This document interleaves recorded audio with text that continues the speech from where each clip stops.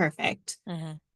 All right, so welcome everyone to the first of 3 webinars that the Western District is hosting to showcase our award-winning projects from the last year. My name is Kimberly Leung, and I am the Western District Past President and the Liveable Streets Director at the San Francisco Municipal Transportation Agency. So today we will be showcasing 2 award-winning projects, one in the Complete Streets category and another in the Safety category. So our 2 projects today include the Valencia Street Center running bike lane, as well as the Menlo Park Vision Zero Action Plan. So for today, we're going to go ahead and have our 2 presenters first share about their projects, and then we'll save the Q&A for the very end. So our first presenter today is Paul Stanis from the San Francisco Municipal Transportation Agency. He will be presenting on the Valencia Street Center running bike lanes, which was our winner in the Complete Streets category, but was also the ITE Western District Project of the Year. Paul has 20 years of experience in the transportation engineering and planning field. He joined the SFMTA Livable Streets Division in 2013 and led the Polk Streetscape, Folsom Howard Streetscape, Wiggle Neighborhood Green Corridor, and Transway Howard Streetscape projects. For the past year, Paul has served as the project manager for the Valencia project, leading the pivot from the center running bikeway to a side running bikeway. He received his bachelor's in civil engineering and master's in transportation engineering from Washington University in St. Louis. So at this time, I would like to welcome Paul to share about the Valencia project with us. Thank you, Kimberly. Yeah, this is quite a project. It has a long history. It has a lot of twists and turns. So I'm going to cover as much as I can in this short amount of time. And I'm sure there will be questions. I'm sure there will be a lot of interest. Oops, sorry. And let me go back here. What's going on?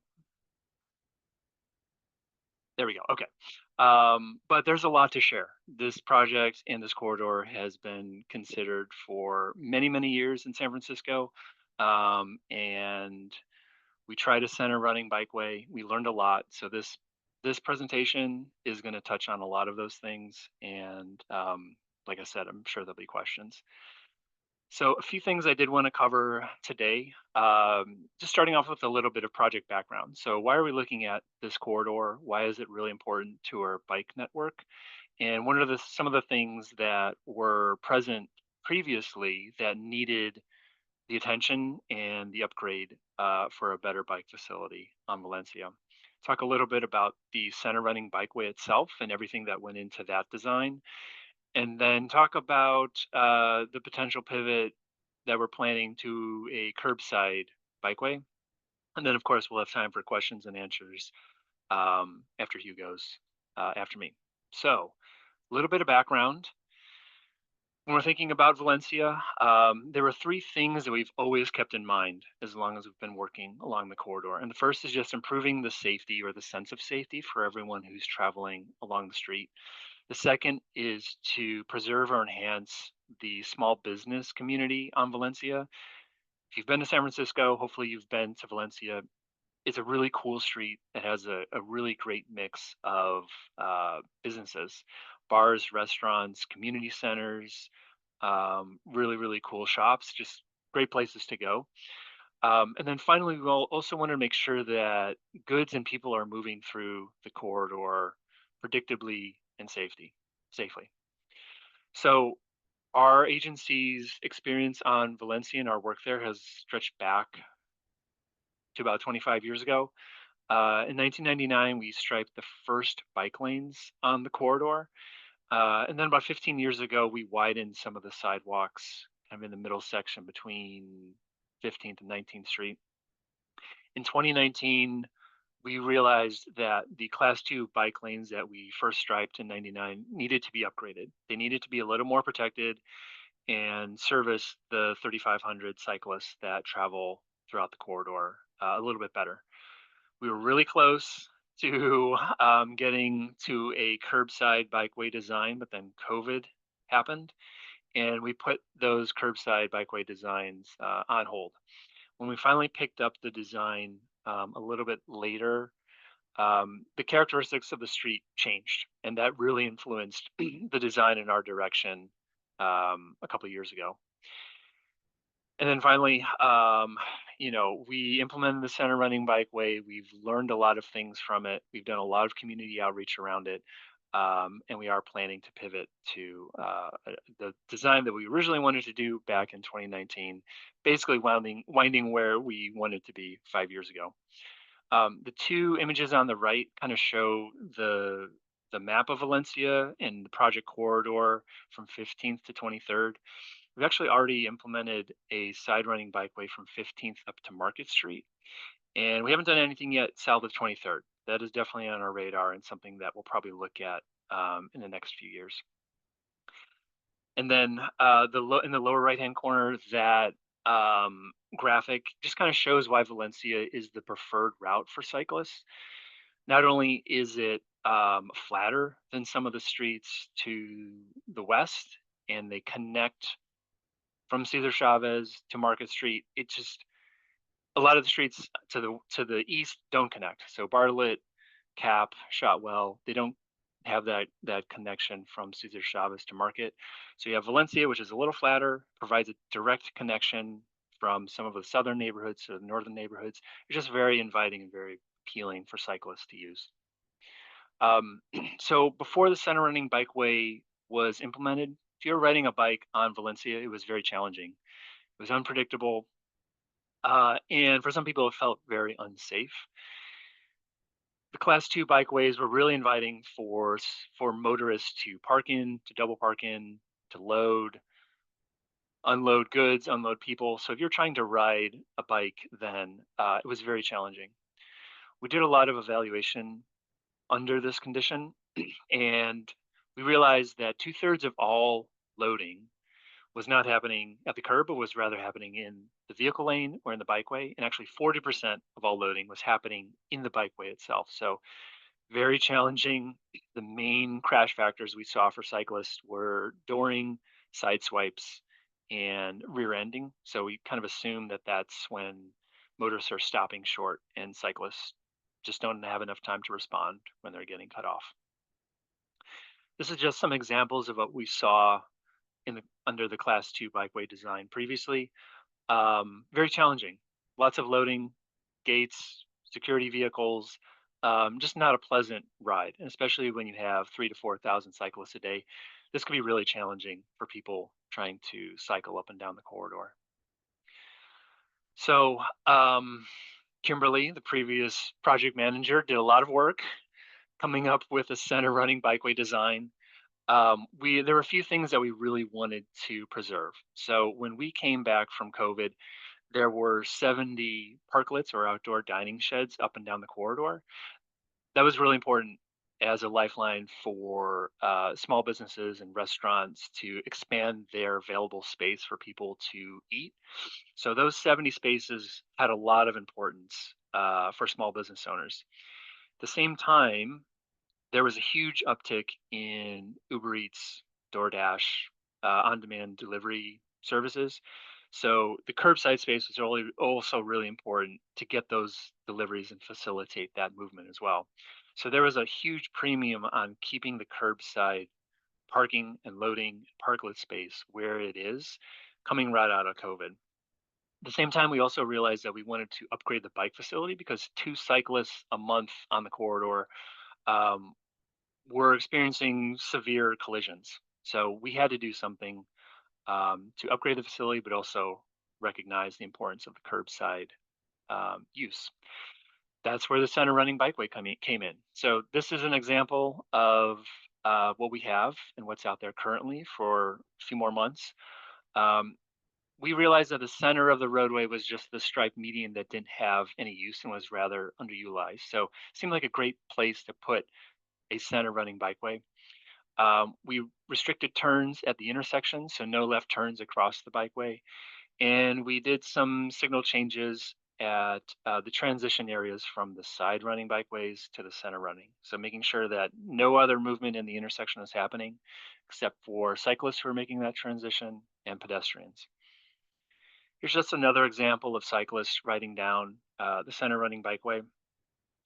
We heard a lot of interesting feedback from everybody on Valencia, but one of the things we really heard from cyclists was it felt a lot better, felt more comfortable. was more predictable, and you could ride side by side, you could pass someone, and it just felt a little more open and a little more visible for cyclists.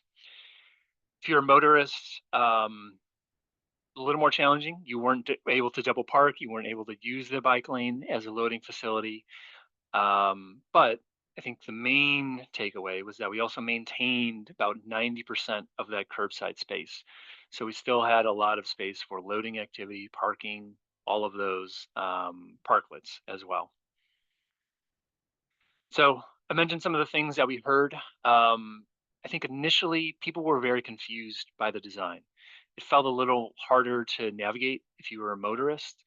And if you were a cyclist, it was also a new design in San Francisco. So there was a big learning curve and just kind of understanding how people moved about Valencia under the new configuration. At the same time, businesses were and still are recovering from the economic impact of COVID. So that's something that we've been very mindful of and very sensitive to.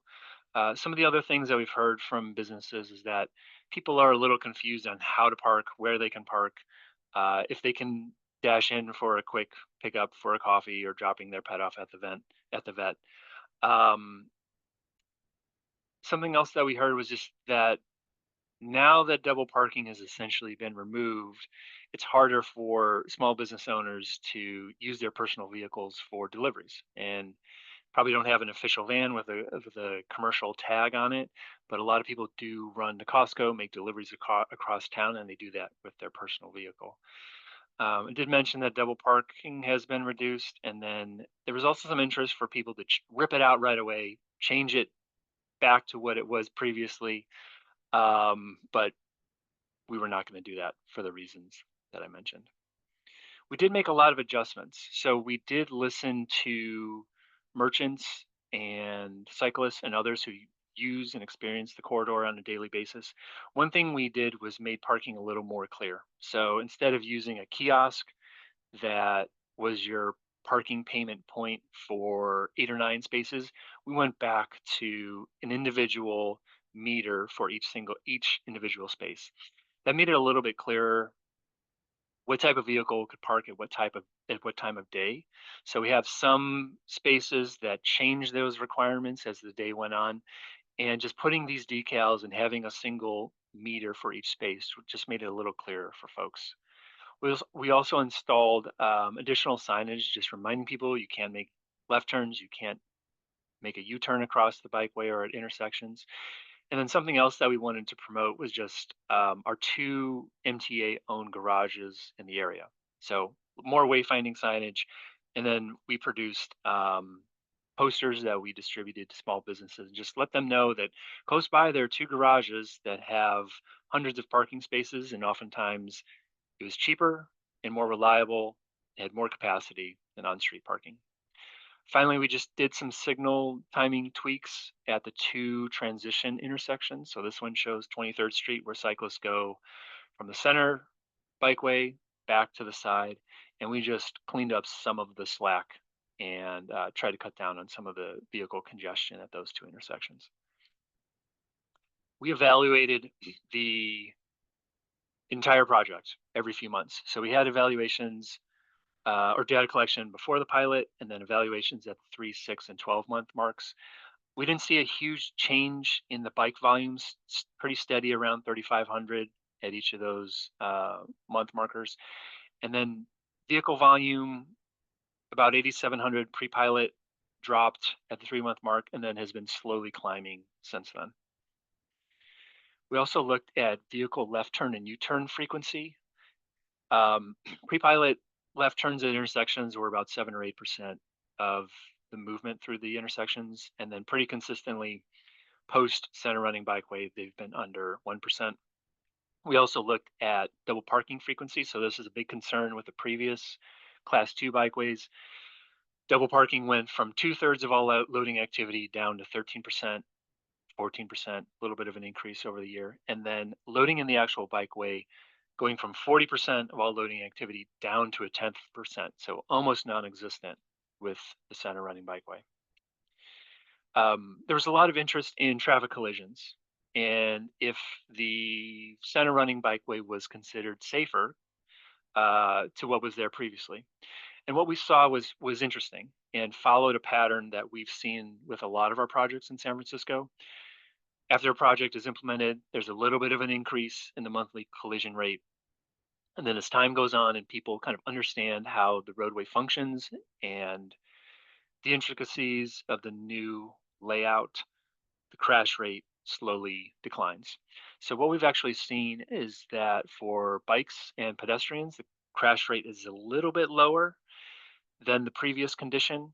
And for all modes, it's about the same pre-pilot to what it is at the 12-month mark. One thing we really saw was the number of scooter-related collisions has increased, and we think that's largely attributed to just the broad use and wide expansion of motorized scooters in the city. So we can take a few things away from our findings. I think the main thing that we've heard from cyclists is that it's just easier to bike on Valencia, even though it is a new design that is different. There's less blockage from vehicles that are loading, less encroachment into the bikeway, which feels great. Um, in general, I think we've seen that our crash locations and characteristics have changed. So it went from mid-block locations where cyclists were getting doored or sideswiped or cut off. Now those crash patterns are more at the intersections where we're relying on those left turn and U-turn restrictions.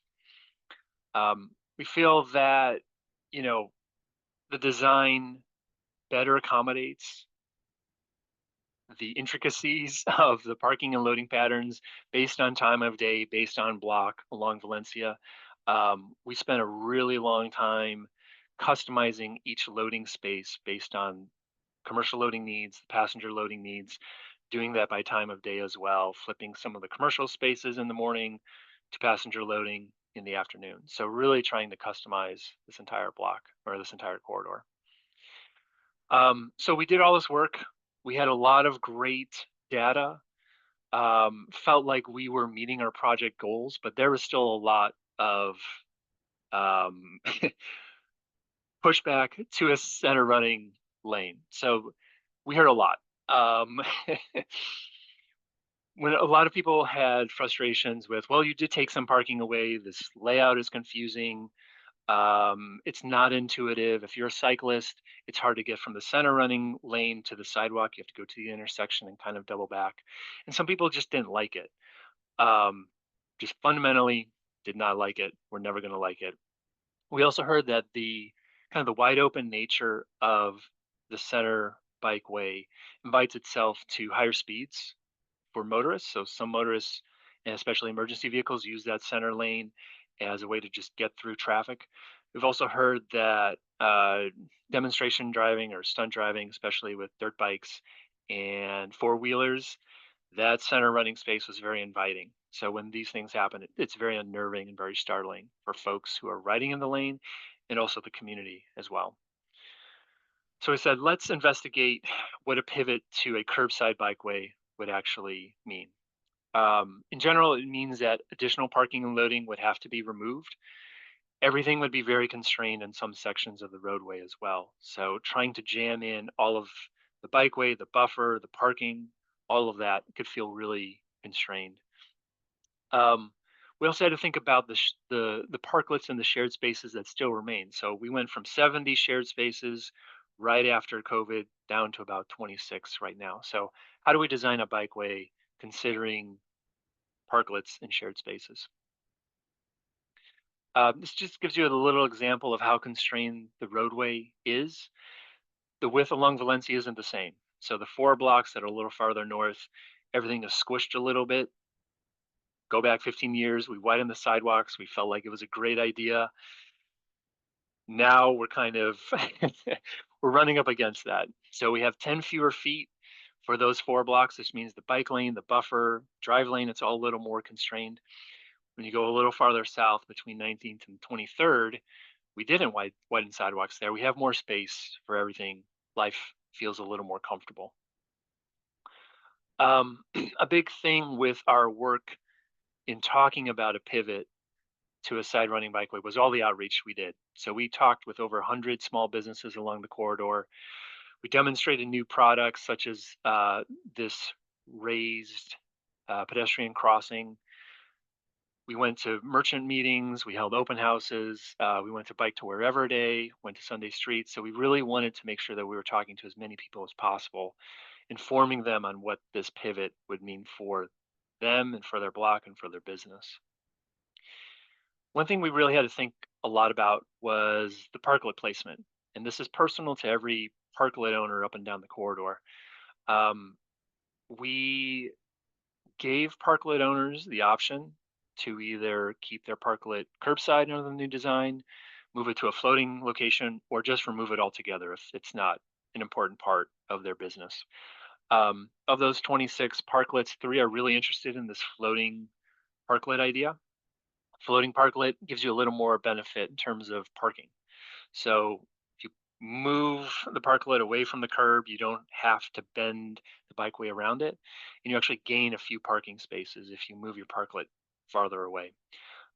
We looked to some of our peer cities in New York and Oakland who have had floating parklets for a number of years.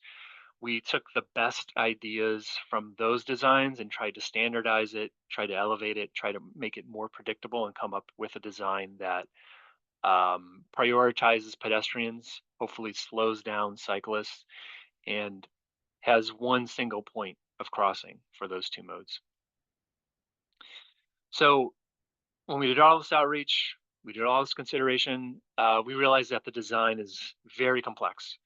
You have to balance all the different competing needs on the corridor. So parking, loading, shared spaces, new ways of doing loading. So like I said, we work closely with over 100 business owners on the corridor, community advocates, community groups, emergency services, making sure that everyone was aware of what this new design could look like. So this is a sample block. The narrow section, like I said, is a little more constrained. We have to clear parking out for hydrants, daylighting at alleys and cross streets and intersections. But we have a kind of a unique and customized design. So if you have a floating parklet, we've included this raised pedestrian crossing. You can sneak parking next to each side of the parklet. If you want your parklet against the curb still, we have to bend the bikeway around, and that results in some parking loss. We've tried to look at every single inch on the corridor and make sure we're considering everything for this pivot. So I'm sure there is more to say, but in the interest of time, I think I'll stop it there, and I'm sure there will be time for questions at the end. Thanks. Thank you so much, Paul. And I appreciate how you're always able to laugh about some of the work that we're having to do here, because it's probably one of the ways that we get through doing such difficult, challenging political projects here in San Francisco. So definitely appreciate that. So just to let folks know, there should be a box below for you to go ahead and put in any questions that you have regarding Paul's presentation. Again, we'll wait until the very end after Hugh gets a chance to present, and then we'll go ahead and do all the Q&A at the very end of this webinar. So up next, we have Hugh Louch from the City of Hayward. He is the Deputy Public Works Director at the City of Hayward, overseeing the Transportation Division, including implementation of the city's Vision Zero policy and local road safety plan. Before joining Hayward, he was the Assistant Director of Public Works at the City of Menlo Park, where he led the development of the city's Vision Zero action plan. So I'm really, excited to hear from Hugh, with his insights for Vision Zero from 2 different cities. So I'll hand it over to you, Hugh. Thanks, Kimberly, and appreciate the opportunity to present here and talk about the work that we did in Menlo Park. Let me just share my screen. Okay, hopefully that's visible for everybody. So yeah, very, very excited to talk about this plan. This was definitely one of the more exciting things I think I worked on when I was at Menlo Park. We were doing lots of fun stuff at the time and sort of trying to lay the foundation for how we make decisions about transportation investments, and something that I'm continuing to work on now in my new role, very much similar role, but at the city of Hayward. So just before I kind of talk about the plan, I'll say a little bit about Menlo Park for folks who don't know. I'm sure most of you know some things about Menlo Park, but it's a small town. Right? It's only 32,000 residents, no center running bikeways at this point, but several major employers, some of whom you've heard of, like Meta, also, kind of one of the places, sort of the birthplace of venture capital along the Sand Hill Road corridor. So things that people are kind of familiar with. And kind of a unique city, you can see just like geographically, right? It's very stretched and surrounded by other cities, so very kind of interwoven with the county and with other kind of neighboring jurisdictions. And of course, at the very southern end of San Mateo County and right next to Santa Clara County, so lots of sort of cross county, cross city, cross all sorts of things, issues that we had to deal with, or they have to deal with there. And then, kind of a critical point is that much of the transportation network is actually a state network. So most of the kind of major roads, all the roads in red on this map, are state-owned facilities. And then, of course, the US 101, which is not highlighted, but also state-owned, freeway running along. And when you think about US 101 and you think about these other state highways, one thing you'll notice is that there's this real kind of history where, it's kind of a classic story that we're getting more and more familiar with now, where, transportation investments have really kind of isolated certain communities. And of course, in Menlo Park's case, it's really isolating the lower income, sort of Black and brown communities that live in the Bellhaven neighborhood, which is that little triangle I've highlighted on this map. And so that has a huge impact, obviously, on their safety, but also, on access to transportation and to opportunities. And so we wanted to make sure we centered that when we were working on this plan, as we did with all of our planning work. So the Vision Zero story for Menlo Park really began in 2016, when this before I was with the city, with the adoption of the general plan, or the update of the general plan at that time, in which there was a kind of core circulation element policy implementing Vision Zero as the as the city's policy as it relates to safety, which is great. And that happened, and then it kind of sat for a little bit. And then when I joined the city, looking at that, and then looking at a number of other pieces of work we were doing, we kind of worked with our council and got authorization to do this, kind of more robust look at, like, what does that mean for us? How do we actually get towards implementing that, which was very exciting. And the policy is kind of the core thing. But the other thing that, of course, we want to focus on when we're thinking about safety is really the people that are impacted. And so this is kind of a selection of folks, receiving obviously the most significant impact that we can have from transportation in terms of losing their life. And you can see just a variety of different folks. And again, when we would meet and we would talk about the work that we did on this plan, very much, the commitment to safety comes from wanting to try to make sure these types of incidents don't occur. So pretty straightforward process was used to develop the plan. Obviously, we wanted it very much to be based on data, right? The whole kind of purpose of thinking about Vision Zero is trying to make sure that we're responding not just sort of generally to safety, but really to the specific issues and challenges that we face as a community. And so really robust look at data and strategies and things like that. And then, use that to then sort of come up with the very specific strategies that we'll use, again, targeted at those areas, and come up with a plan. And like I think most jurisdictions now, around, really centering the safe systems approach. So trying to be robust and how we thought about all the different things that we can do as part of getting towards that Vision Zero goal. And so one thing that we did early on and really appreciate our consulting partner, Fair and Peers, worked on was to try to do this very robust benchmarking, sort of using that safe system approach, making sure that we were looking at how all the different types of activities that the city worked on had the opportunity or could be kind of looked at through a Vision Zero and through a safe systems lens. And that was super helpful for kind of bringing different departments and parts of the city together around this goal. So that was really helpful for us.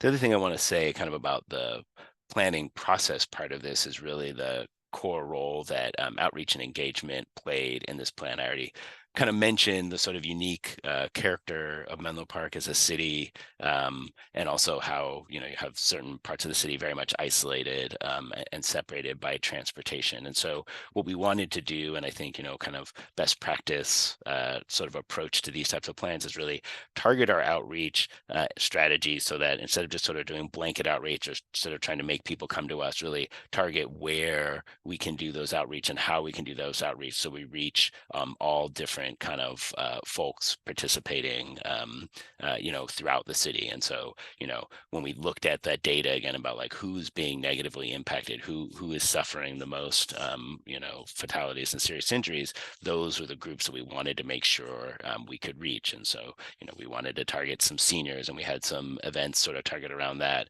Again, we really wanted to target that Belhaven neighborhood, and so we could target events around that. And so we had a pretty robust set of strategies we used. We had a stakeholder group that was a lot of internal folks, from police, from fire. And a little side note, unique in Menlo Park is the fire district's not part of the city. It's actually a multi-city district, so adds a little complexity to some of the things that happen in the city. But then also we had residents who participated in our Complete Streets Commission. We had countywide partners. We had transit. So we had kind of a robust look at all the sets of issues, and that was really helpful. Critical thing that we did in this, and I know a lot of folks are doing, and I think it's something that in my current role, we're starting to do more and more and really focus on, is really working through our community-based organizations. So we had this group that works on the peninsula called Climate Resilient Communities. And they, as you can see kind of in the name, focused on how to address kind of climate adaptation and climate change, generally in those communities. So the Belhaven neighborhood, but also East Palo Alto, North Fair Oaks. So communities that are kind of along the 101 corridor there, and that are, because of their location, most likely to be impacted by climate change. But through that work, they've kind of built up this real sort of robust community relationship that then we were able to leverage, and we brought them on as kind of a paid consultant help effectively, right, to help us bring folks. And the image you see above is one of the workshops that we held, and that were held in English and then also in Spanish. So we had 2 rounds of workshops, and one each in English and in Spanish. And we had what I would call amazing attendance for us. Like for Menlo Park, it was the best attendance. I think the second round of workshops, we were at like 80 and 100 people in each workshop, which is really great because, again, a lot of times those are the folks we think of as the hardest to reach through this. And so we really kind of made a point, and I was really proud to see how well attended that stuff was. And then, of course, we had, some pop-ups and things like that to make sure we were reaching sort of the broad community, and that was useful, as well as kind of commission and council presentations, that helped us make sure, again, we were reaching lots of different folks. In terms of the plan itself, so a lot of these things I think will be familiar to a lot of folks, kind of classic set of steps that maybe you walk through when you do this type of work. Again, really trying to be very much data focused. So we defined a set of high collision corridors, which was kind of 20% of our road miles and 93% of our fatal and serious injuries. And again, kind of clustered in very sort of specific areas that both helped us think about kind of roads or streets that should be on that network, but also kind of areas of the city. So our downtown has this real unique concentration of collisions that became a kind of focus area, as well as you can see this kind of neighborhood called the Willows over here that also has like not a lot of collisions in any one place, but like for whatever reason, collisions kind of all over the place. And so that was something that we, it was useful to see in the data help us focus on some of the things that we were trying to do with this. And then, of course, we use the data also to kind of identify kind of key safety themes that we wanted to focus on in terms of, what types of strategies we would be bringing to bear on the types of collisions we were seeing.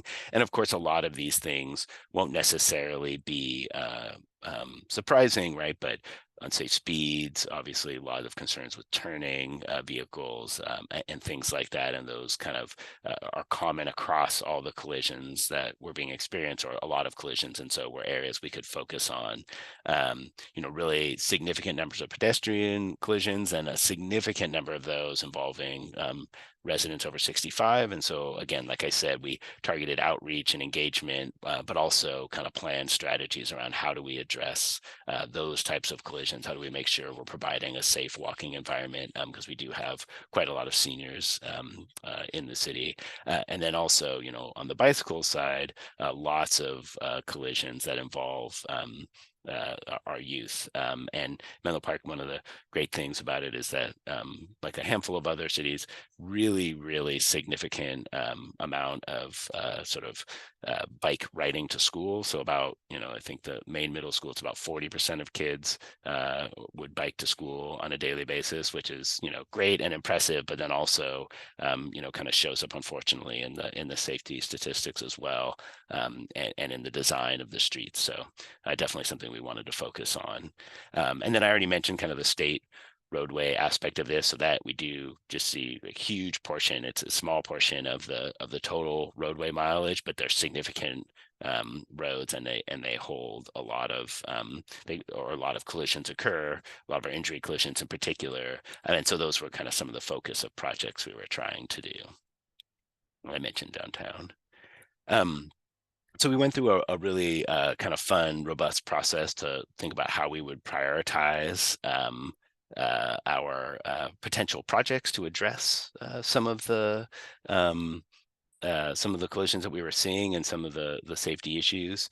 And we ended up doing this kind of two-part approach, one of which was very much sort of a responsive, reactive approach to the collisions that we experience on the roads, and trying to make sure that we were prioritizing like the most significant areas, while also kind of looking at this more proactive approach where we see kind of risk factors present, whether or not there are collisions. And certainly we see lots of collisions associated with these risk factors, but kind of doing that systemic thinking a little bit more broadly about how to use this. So where there are higher speeds, where there are different kind of vulnerable road users, whether that's school children, seniors, underserved communities, transit riders, and folks like that.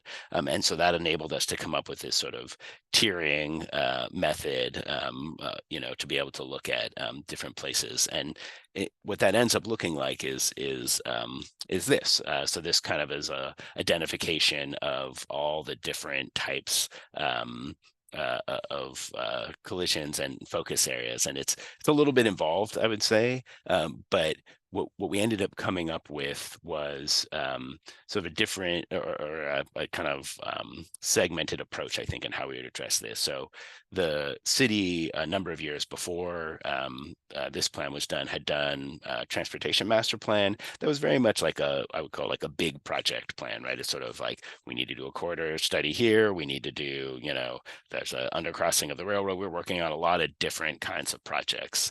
And so the city had already started to work on quite a few of these, and a lot of them were very much priorities. And when we looked at those projects, they in many ways were very responsive to a lot of the kind of reactive safety issues that we were seeing. So some of the highest collision corridors, we were absolutely seeing the need to do those. And it didn't make sense to say, it didn't look like we were doing any projects that didn't address some of the major safety issues we were seeing. So finding one was kind of like, yes, let's keep those going. They're in the pipeline. Let's get those things complete. It's good to validate that those are issues for us and make sure that we're getting some work done on those. And that work kind of continued, and some of those projects have completed, and some of them have faced new challenges, but definitely exciting to kind of see a lot of that stuff moving forward, and some of them are even complete now.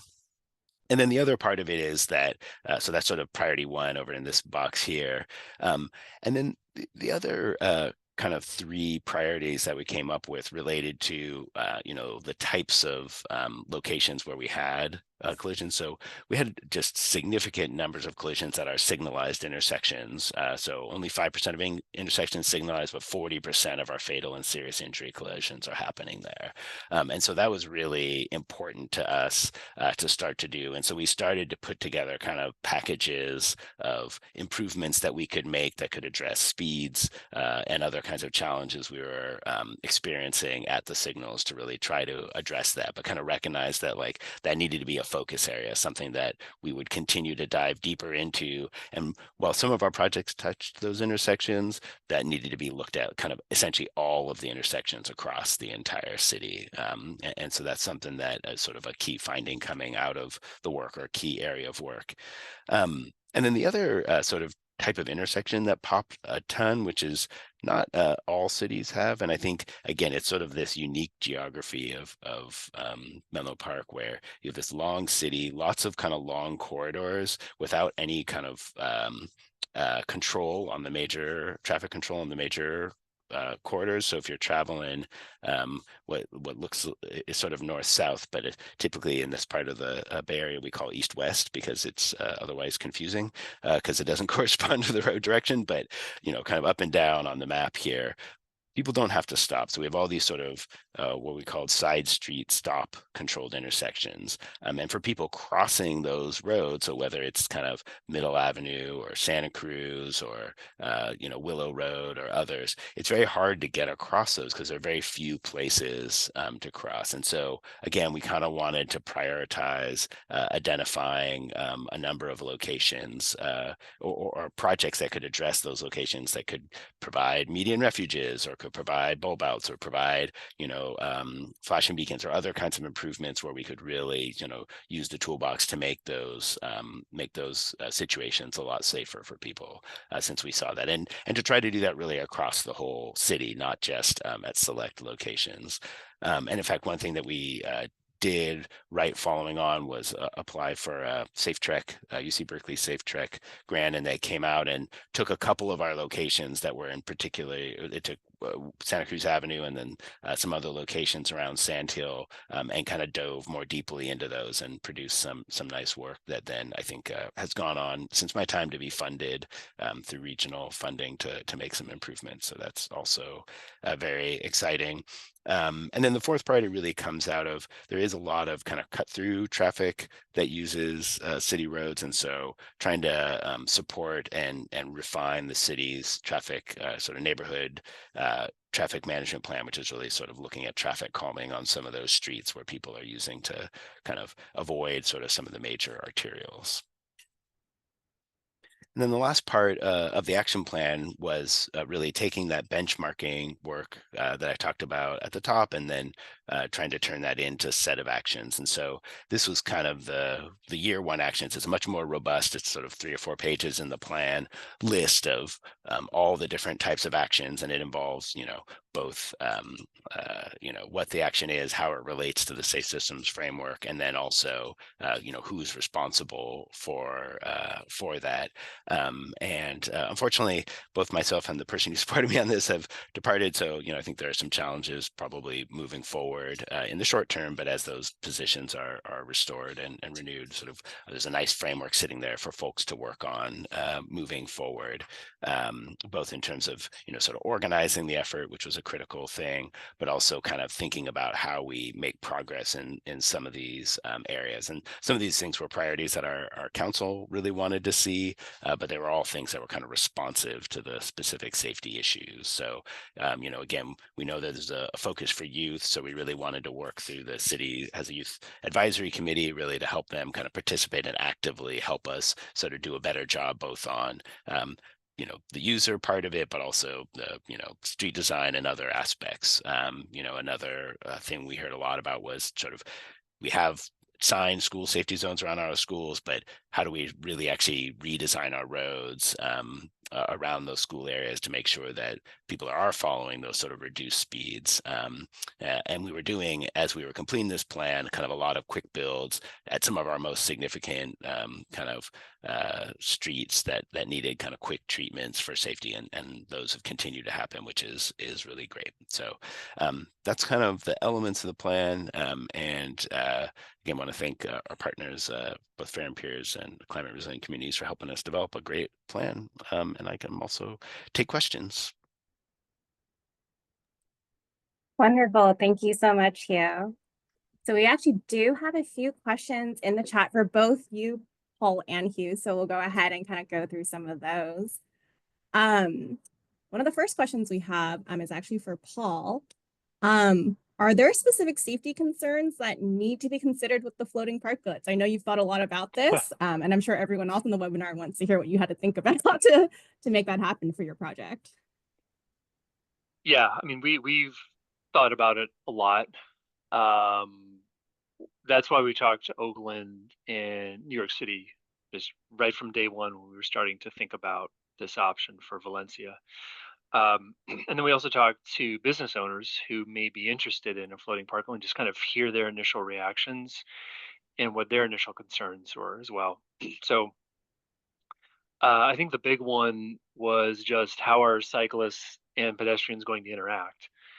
What we heard from New York and Oakland was that there were no reported crashes between cyclists and pedestrians at their floating parklets, which sounded great. But at the same time, I think we wanted to make sure that we were pre-addressing that as much as we could. So some of the examples that we saw in those two cities were just this open face to a parklet. You could cross at any point and go across the bikeway to the sidewalk. We wanted to have a single point of access. So one that was a little more predictable, you know exactly where pedestrians and cyclists were going to interact. New York and Oakland don't have a standard design requirement. So if you go down Telegraph Avenue in Oakland, for instance, you'll see different parklets in different locations with different designs. One thing we wanted to do is prioritize pedestrians. So pedestrians could be someone who's visiting the business, could be a server who's taking food out to the parklet itself. So we wanted to make sure that the crossing was raised and accessible. So those two things, and then the other thing that we noticed in some of the examples at other cities was some of the floating parklets were right against the bike lane. So if you step out of the bike lane, or if you step out of the parklet, you were directly into the bike lane. We wanted to make sure that there was a setback.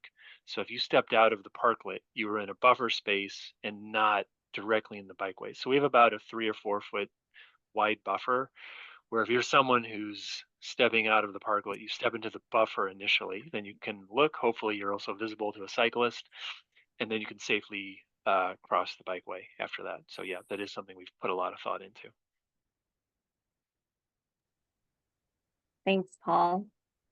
Hugh, going over to you. It was really great to see the data-driven approach for the Vision Zero plan in Menlo Park. So one of our attendees is asking, do you take a different approach to Vision Zero on different classes of roads, whether it be a collector or the local, whatever it may be? And if you do take different approaches for those different roadways, like what are some of the strategies that are used? Yeah, that's a great question. Thanks for that. Yeah, I think very much, sort of context sensitive approach is what's critical. And I give a couple examples, some of which I kind of touched on a little bit, but, we have these major state highway corridors. So one of those is Willow Road, and that runs from Bayfront Expressway all the way down to 101, and then it transitions to being locally controlled. But on the state-owned priority, we recognized, we saw the collision profile, and there we actually got funding from SFMTA to do, protected bikeway and other kinds of pedestrian enhancements on the road, kind of recognizing that needed a more robust treatment, right? If we were going to provide a safe way for people to travel along that corridor, we needed to bring speeds down and we needed to provide separation. So really, trying to follow kind of the best guidance out there on those sort of more major roads. And there are other examples of that. Whereas, on some of our local roads, we also see sort of concentrations of, certain kinds of safety issues. And there, we were looking at very different kinds of treatments and approaches to address the safety. So yeah, very much tying the solutions in specifically to the, again, the collision profile that we see, the speeds of vehicles that we see, and the types of users that we kind of expect to be on those facilities. Wonderful, thank you. And since I'm already chatting with you, I know in your presentation you talked a bit about kind of projects and efforts that are coming up. As a part of that, are there any education or outreach efforts planned to support the Vision Zero work in Menlo Park?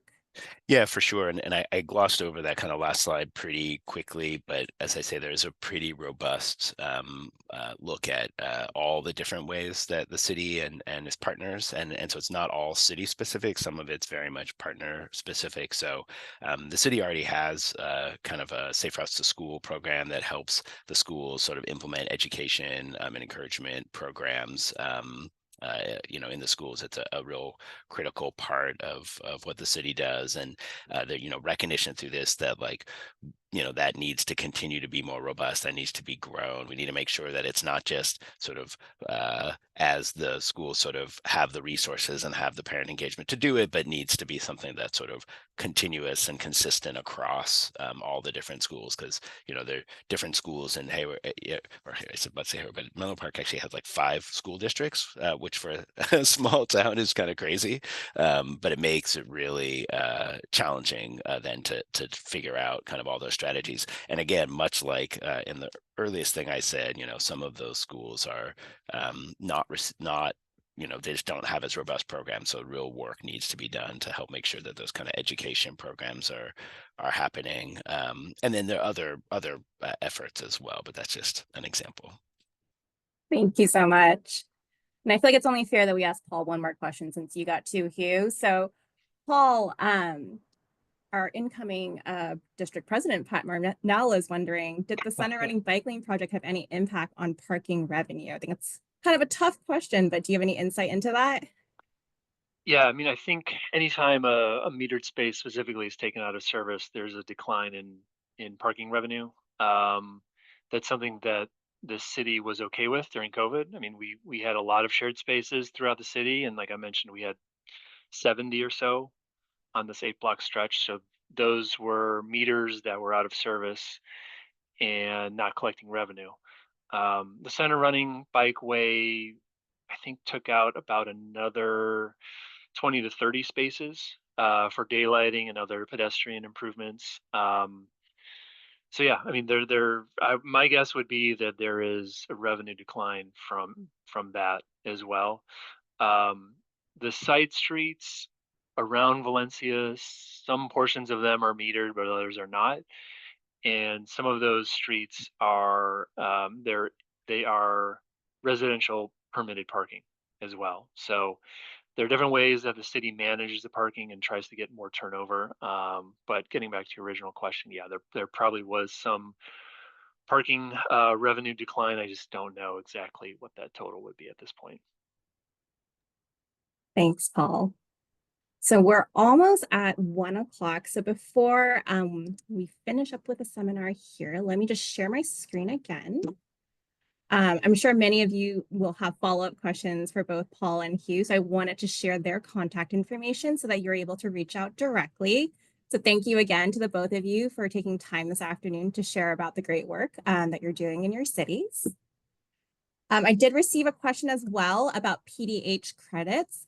If you go to our website for this webinar, there are more details on how to complete the PDH process. I'll just give you a quick second to grab that link right there. We'll also send out this information again just to make sure that everybody has this. And then I do hope you join us. We have 2 more webinars coming up. The next one that we have was on Thursday next week, and we'll be showcasing our projects in the planning and traffic engineering categories. And then in January, we'll have one final webinar. And then just a few other announcements to share with you all. If you haven't had a chance yet to submit your abstracts for the ITE Western District annual meeting, please do so. The deadline has been extended to today. That annual meeting will be taking place in Long Beach in June, or end of June into the beginning of July. And then if there's any students that are on the call today, don't forget that the student data collection project proposals are due next Friday. So with that, we'll conclude today's webinar, but I hope to see many of you again next Thursday for the next webinar. Thank you. Thanks, everybody. Thank you all.